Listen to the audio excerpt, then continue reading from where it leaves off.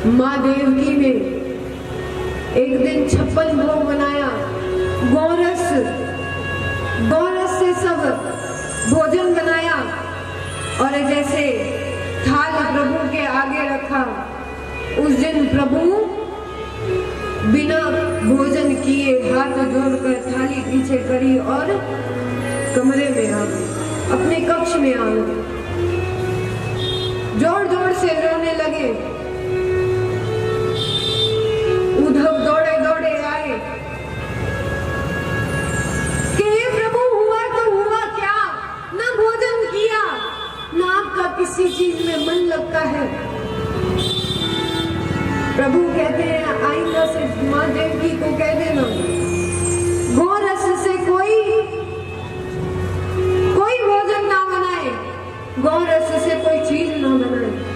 उस गौरस का भोजन देखता हूँ ना, मुझे मेरी माँ यशोदा याद आती है।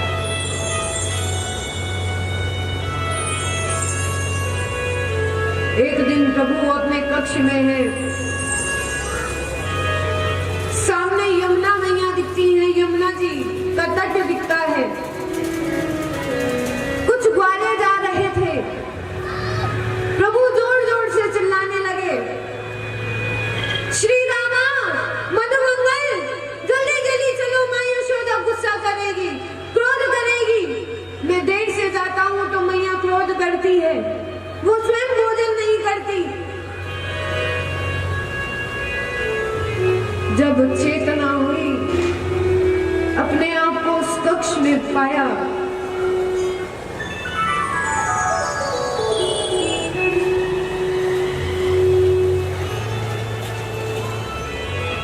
उस यमुना जी को देखकर राधा याद आने लगी, जोर जोर से रोते हैं, राधा राधा राधा राधा।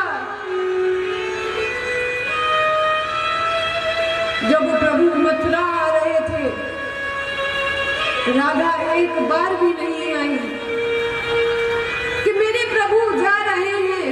गोपियां जाकर कहती हैं कि राधा चलो तो सही, क्या पता तुम्हारे कहने से प्रभु रुक जाए। राधा कहती है मैं नहीं रुकूंगी। अगर राधा विरह में चल रही है तो स्वयं कृष्ण भी, ठाकुर जी भी उस विरह में जल रहे हैं। उद्धव ने कहा क्या किया जाए, एक बार मिल आओ। कि नहीं उद्धव, जाओ एक बार मेरा संदेश लेकर जाओ कि मैं कुशल मंगल हूँ। अपना पटका दिया कि अपना पटका क्यों दे रहे हो।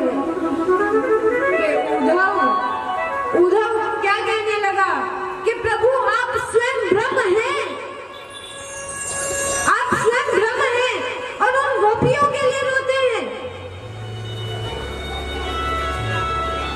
राधा के लिए रोते हैं, माँ यशोदा के लिए रोते हैं।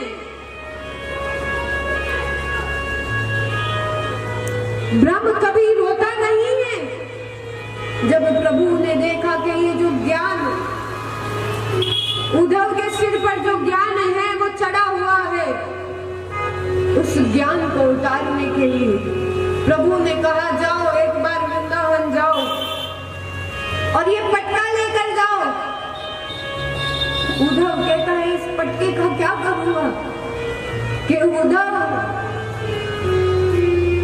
ये पटके में से जो सुगंध आ रही है चंदन की, सब गोपियां तुमसे बात करेंगे, वरना कोई तुमसे बात नहीं करेगा। तुम्हें देख कर भी हम देखा कर देंगे। उद्धव ने वो पटका लिया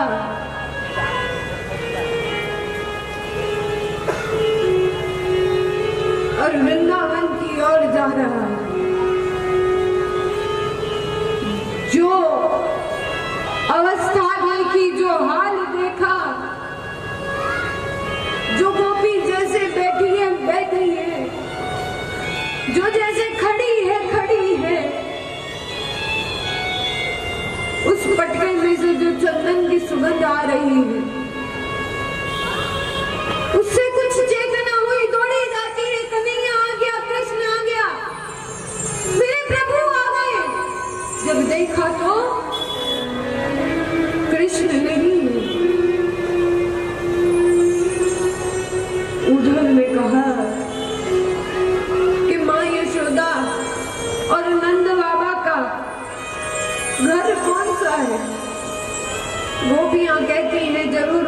से आए हो। वृंदावन में सबको पता है नंद बाबा और माँ यशोदा का घर कौन सा है। अब क्या लेने आए हो? हमारा कलेजा तो ले गए, अब क्या चाहिए? कि कन्हैया का संदेश लेकर आया हूं।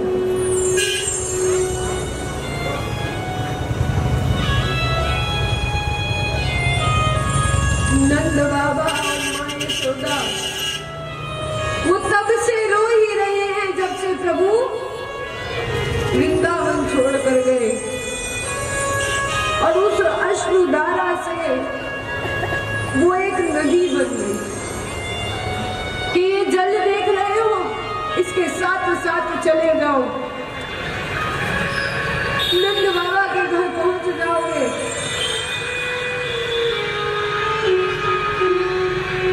नंद बाबा के घर पहुंचकर आवाज लगाई कि नंद बाबा, माँ यशोदा। अंदर से एक बूढ़े बिल्कुल हड्डियां चमक रही,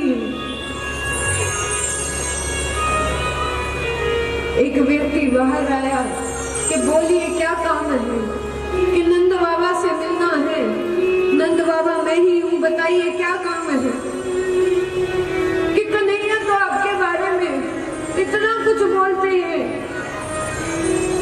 इतना तक बोल दिया प्रभु ने कि मेरे जो नंद बाबा है ना, वो नंगे पैर जाकर बाहर खड़े हो जाते थे, और मैं जूतियां सर पर रखकर उनके पास जाता था कि माँ बाबा जूतियां पहन लो, माँ बचेगी भी तुम पर। और क्या हाल बनाया है। अंदर लाए, नंद बाबा कहते हैं मैं कुछ खाने के लिए लेकर आता हूँ, घर में कुछ नहीं बना जब से प्रभु गए। वो यशोदा मैया जो माखन दिलोती रहती थी, वो दौड़ी दौड़ी आई, कन्हैया आया है? नहीं, उसका मित्र आया है। माँ यशोदा बेहोश हो गई।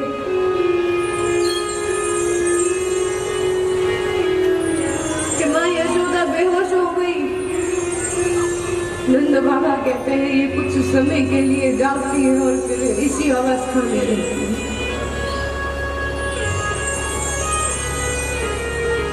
नंद बाबा से कहने लगे कि आपने क्या हाल बनाया है? वो तो स्वयं ब्रह्म है, प्रभु है, विष्णु का अवतार है। नंद बाबा कहने लगे विष्णु का अवतार है? मेरे लाला में कोई भगवान वाले गुण नहीं है, चोरी वो करता है। कौन से गुण है उसमें भगवान वाले? और आप कह रहे हैं वो भगवान है। मेरा भगवान मेरा घर छोड़कर चला गया।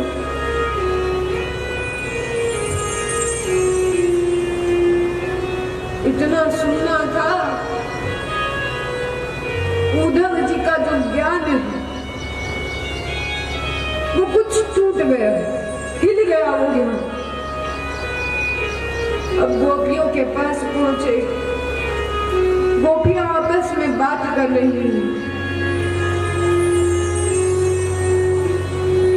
कि सुना है आज कन्हैया का मित्र आया है, बड़ा राजा हो गया है ना, तो स्वयं नहीं आया और अब लेने क्या आया है। एक गोपी कहती है कि कंस का वध हुआ है ना, तो हमारा कलेजा लेने आया है। उसके श्राद्ध में ये कन्हैया बहुत चालाक है, मीठी चीज लेने आया है, लेकिन इसे ये नहीं पता जब ये जा रहा था हमारा कलेजा तो साथ में ले गया। उद्धव जी सुन रहे, उद्धव जी पास जैसे गए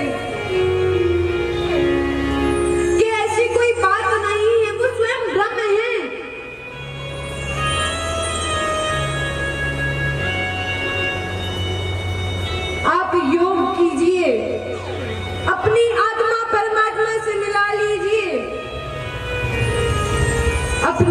जिससे वो योग ब्रह्म योग कीजिए।